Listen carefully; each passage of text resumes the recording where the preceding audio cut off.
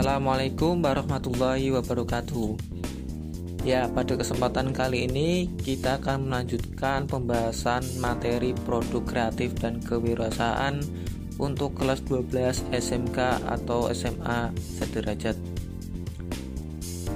Pada pembahasan kali ini masih pada KD 3.10 menganalisis perencanaan produksi massal, yaitu berkaitan dengan langkah-langkah produksi dan juga peramalan.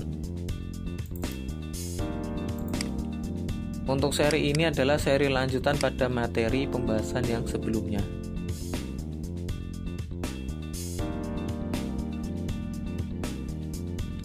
Masih ingat ya berkaitan dengan IPK KD 3.10 ini? Mari kita ulas sedikit. Ini adalah beberapa paparan IPK yang perlu kita pahami, mulai dari mengidentifikasi indikator, mendeskripsi produksi, menentukan sampai menganalisis perencanaan produksi, sampai menyusun peramalan produksi massal yang perlu kita ketahui. Langsung saja, untuk yang pertama pembahasan yaitu adalah berkaitan dengan langkah-langkah dalam perencanaan produksi. Di sini dibagi menjadi 3 tahap. Bisa disimak, yaitu adalah berkaitan dengan penelitian dan pengembangan. Tentunya di sini karena produksi massal berkaitan dengan beberapa faktor yang nantinya akan berakibat di masa yang akan datang. Yang pertama yaitu adalah penelitian proses produksi itu sendiri, sedangkan untuk pengembangan berkaitan dengan penelitian produksi. Nah, apa tujuan penelitian produksi? Tentunya di sini adalah untuk memperbaiki terhadap proses produksi yang ada atau yang sedang berjalan.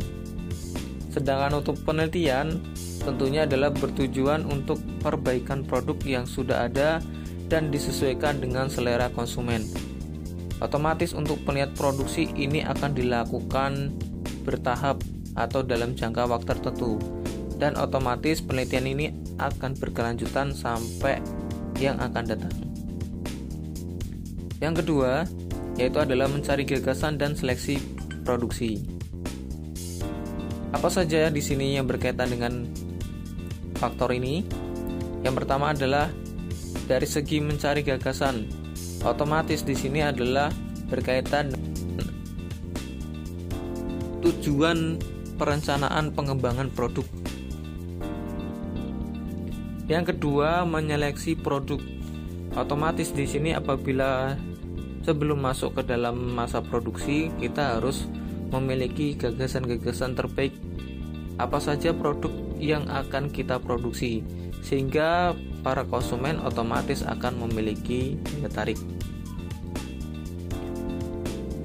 Di sisi lain, perlu adanya desain produk pendahuluan, karena desain produk ini otomatis sebagai tolak ukur seberapa besar masyarakat melakukan interaksi terhadap produk yang kita hasilkan. Kemudian yang keempat adalah pengujian. Apakah produk yang kita hasilkan, yang kita kembangkan, yang kita olah itu merupakan produk yang layak, sehingga tentunya perlu diadakan sebuah pengujian. Sampai nantinya desain akhir ini muncul yang nantinya sebagai unggulan agar produk kita menjadi lebih unggul daripada produk yang lain. Untuk yang ketiga, langkah-langkah dalam produksi massal yaitu adalah menetapkan skala. Berarti kalau berbicara tentang skala berarti berbicara tentang angka. Yang pertama adalah penetapan kualitas. Semakin bagus kualitas sebuah produk, maka akan meningkatkan omset penjualan atau laba yang akan kita hasilkan. Kemudian yang kedua, penetapan waktu.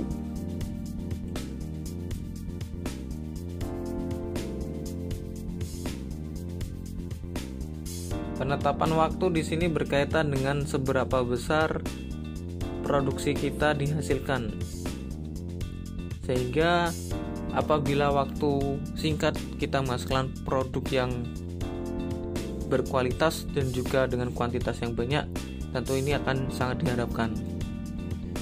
Yang ketiga yaitu adalah berkaitan dengan biaya. Biaya otomatis masuk ke dalam skala produksi karena ini berkaitan dengan semua kegiatan alur produksi massal. Kemudian yang keempat adalah tenaga kerja. Ini juga tidak lepas dari apa yang kita lakukan, sehingga tenaga kerja yang sedikit, tenaga kerja yang tidak berkualitas akan mempengaruhi yang namanya produksi. Peralatan untuk kategori yang kelima di sini tentunya adalah berkaitan dengan seberapa penting produksi tersebut diolah menggunakan alat-alat yang sangat berkualitas, sehingga otomatis dengan penetapan skala standar produk kita telah tercapai. Dan yang terakhir adalah bahan baku. Tentunya di sini sangat rentan sekali berkaitan dengan produksi, karena apabila bahan baku yang dihasilkan jelek, maka otomatis produk yang kita hasilkan juga demikian pula. Kemudian untuk sub selanjutnya yaitu adalah metode peramalan produksi massal. Sebelumnya kita ketahui dulu apa yang dimaksud dengan peramalan. Peramalan diidentikan dengan prediksi. Jadi peramalan yang di sini yang dimaksud adalah berkaitan dengan produk yang nanti akan dibuat. Sehingga proses produksi ini biasanya berkaitan dengan yang akan datang atau masa yang akan datang. Apa saja yang meliputi peramalan? Tentunya adalah seberapa kualitas yang akan kita hasilkan, seberapa besar kuantitas produksi kita, kemudian juga berkaitan dengan waktu dan lokasi. Nah, bisa dilihat ini adalah sebuah ilustrasi bagaimana yang namanya peramalan itu memang harus diprediksi sehingga tidak menimbulkan gangguan terhadap kinerja produksi terhadap produk yang kita hasilkan. Nah, berbicara dengan prediksi atau peramalan itu tentunya berkaitan dengan waktu. Waktu yang akan datang tidak bisa kita pastikan secara jelas, sehingga perlu kita bagi lagi berkaitan dengan klasifikasi peramalan. Yang pertama adalah dalam jangka 2-10 tahun, atau yang kedua yang waktunya lebih singkat 1-24 bulan, atau dalam arti di sini adalah lebih ringkas dari 1 tahun ya, atau jangka waktu yang lebih singkat lagi yaitu 1-5 minggu. Ini adalah beberapa klasifikasi peramalan. Kemudian untuk tujuan,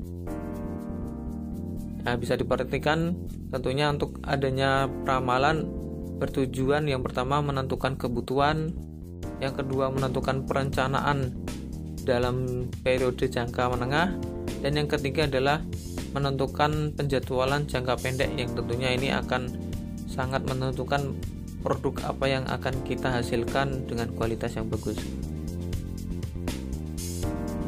Karakteristiknya sendiri, peramalan yang baik memiliki ciri yang pertama adalah akurasi, yang kedua biaya, yang ketiga adalah kemudahan. Kemudian untuk metodenya ada dua, yaitu adalah peramalan subjektif dan peramalan objektif. Untuk peramalan subjektif meliputi metode Delphi, yang kedua adalah penelitian pasar. Sedangkan untuk peramalan objektif itu meliputi metode intrinsik, yaitu adalah metode dalam, atau yang kedua adalah metode ekstrinsik, metode luar.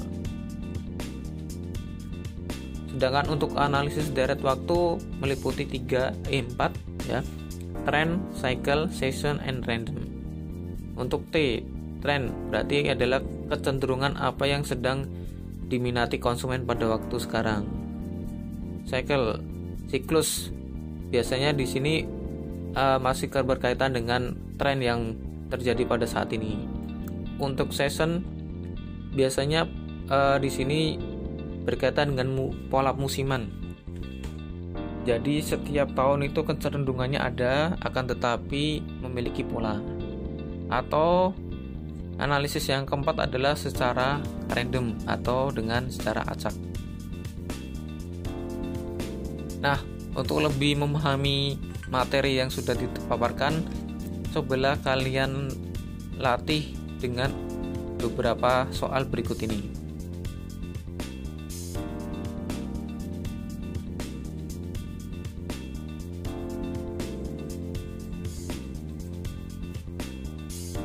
Apabila kurang jelas, bisa kalian simak kembali beberapa paparan materi yang sudah ada, sehingga kalian akan lebih memahami materi tentang KD 3.10 ini.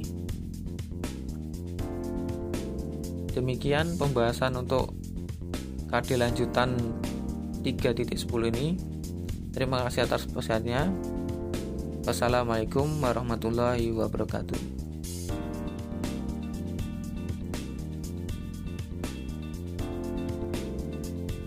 Jangan lupa klik tombolnya ya sobat.